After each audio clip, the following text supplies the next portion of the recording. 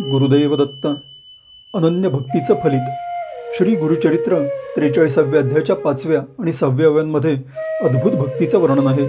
श्री नरसिंह सरस्वती दत्तप्रभूंचा एक साधा विणकर भक्त आपल्या अढळ श्रद्धेमुळे विशेष ठरतो.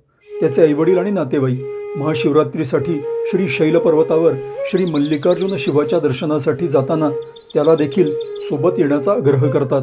परंतु विणकर भक्ताचं मन मात्र पूर्णपणे श्री नरसिंह सरस्वती दत्तप्रभूंच्या श्रीचरणी समर्पित झालेलं असतं.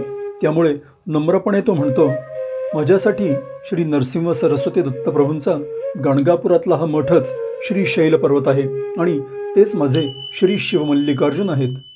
विणकर भक्ताच्या दृष्टीनं श्री नरसिंह सरस्वती दत्तप्रभू आणि श्री शिवमल्लिकार्जुन यांच्यामध्ये काहीही भेद नव्हता. ज्या ठिकाणी श्री नरसिंह सरस्वती दत्तप्रभू तेच त्याच्यासाठी सगळ्या तीर्थांचं सार होतं. त्याची श्रद्धा बाह्य यात्रेपेक्षा मनामध्ये असलेल्या निष्ठेला महत्त्व देणारी होती. त्याची ही साधी भोळी भक्ती पाहून श्री नरसिंह सरस्वती दत्तप्रभूंनी त्याच्यावर कृपा केली. आपल्या दैवी सामर्थ्यानं क्षणार्धात त्याला श्री शैल पर्वतावर नेलं.